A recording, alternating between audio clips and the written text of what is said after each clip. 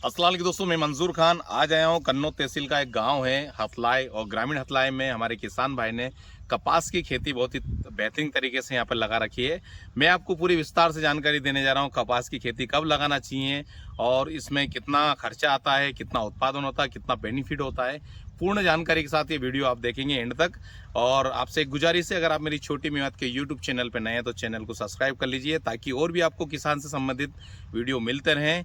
तो चलते हैं। तो मेरे प्यारे किसान भाइयों, आज हम बात करेंगे कपास की उपजाई खेती की, और संपूर्ण जानकारी इस वीडियो में आपको देने जा रहा हूं, इसलिए आप वीडियो को अंत तक जरूर देखिए। कपास की खेती यूँ तो गहरी, नर्म और उपजाऊ अच्छे किस्म की निकासी वाली मिट्टी में लगाना चाहिए। और इसको कब लगाना चाहिए और इसकी क्या इसमें टोटल उत्पादन होता है, कितना खर्चा, मैं आपको आगे बताने जा रहा हूँ।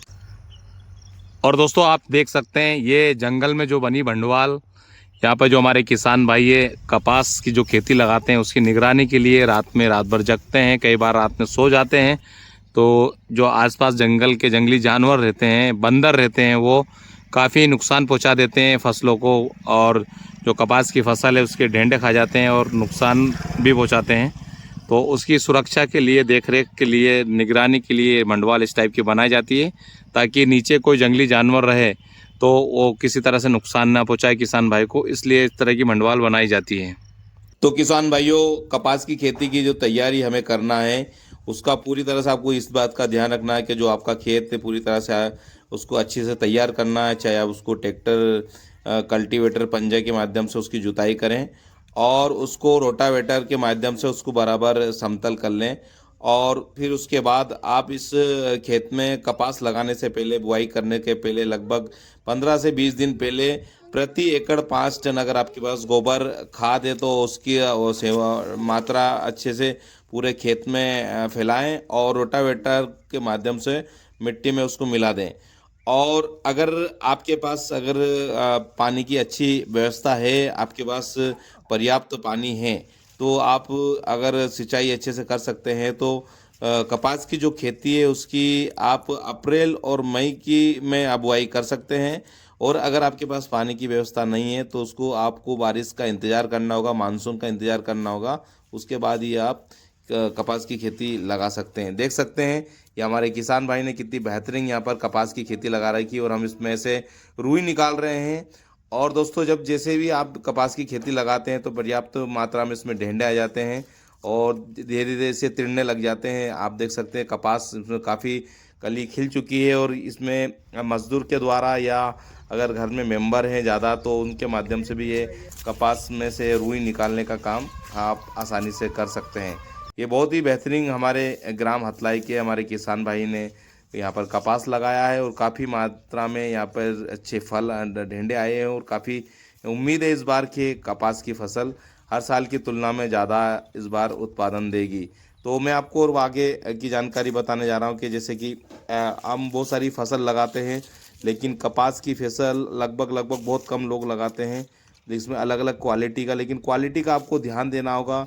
अमरीकी कपास अगर आप सिंचित, अगर अच्छा खेत, पर्याप्त पानी है तो उसको लगाते हैं तो 75 सेंटीमीटर के और 60 सेंटीमीटर के आसपास इसकी दूरी होना चाहिए। मतलब 60 से 75 सेंटीमीटर की आपस में पेड़ों की, पौधों की दूरियां होना चाहिए। और अगर देसी कपास अगर लगाते हैं तो वो 60 सेंटीमीटर की दूरी पे भी पर्याप्त मात्रा में रहेगा। और इसकी अगर गहराई की अगर आप बात करें तो लगभग 5 से 6 सेंटीमीटर इसकी गहराई होना चाहिए।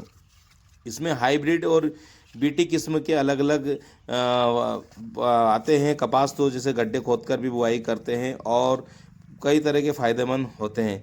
कपास में 3 से 4 बार पानी देना अनिवार्य रहता है।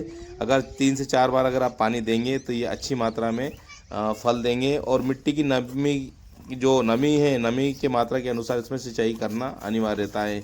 और अंतिम सिंचाई आप तब करें जब ढेंडे 1/3 खुल जाते हैं, यानी 1 से 3 हिस्से में ढेंडे खिल जाते हैं। जैसे आपको मैं दिखा रहा हूँ आगे, ये देखिए ये ढेंडे पूरी तरह खिल चुके हैं।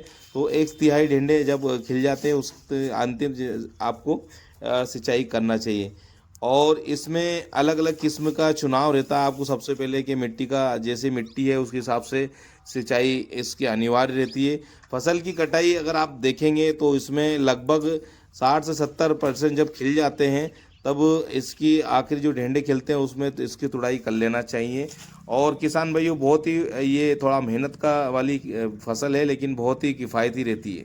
कपास की फसल अन्य फसलों के माध्यम में ज़्यादा बेनिफिट देने वाली फसल होती है। बस इसमें थोड़ा देख रेख ज़्यादा होती है, मेहनत ज़्यादा होती है। लेकिन आपके पास अगर पर्याप्त पानी है और पानी होने के साथ साथ आपके पास घर की टीम है काम करने वाली, तो ये काफ़ी फ़ायदेमंद मुनाफे वाली फसल होती है। इसमें ये मान के चले कि जो आप लागत लगाते हैं उसके 4 गुना इसमें आप इनकम कर सकते हैं। तो बहुत सारे किसान भाई अलग अलग तरह की किस्म की फसल लगाते हैं। आप देख सकते हैं इसमें छोटी छोटी लाल लाल बहुत ही प्यारी क्यूट सी चींटियाँ लगी है।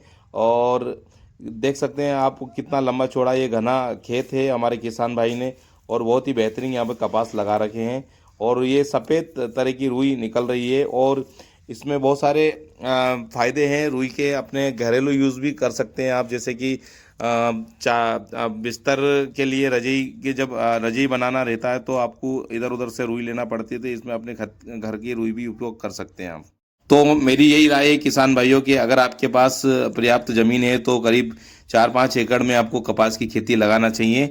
और भी हम इससे कृषि से संबंधित वीडियो आपको शेयर करते रहेंगे। ये ग्राम हतलाई का एक किसान भाई के द्वारा लगाई गई कपास की खेती है। कन्नौज तहसील का देवास ज़िले का ये गांव है। और आपको और भी इस तरह के वीडियो शूट करवाना हो आपके आसपास खेती के, तो आप मेरे यूट्यूब चैनल को सब्सक्राइब करें और कमेंट्स लिखें आपके गांव का नाम और आपके मोबाइल नंबर दीजिए। इंशाअल्लाह मैं भी आपके क्षेत्र में आऊँगा तो आपके भी खेती किसानी के जो भी वीडियो हैं वो शूट करके यूट्यूब पे शेयर करूँगा। धन्यवाद, शुक्रिया तमाम लोगों का।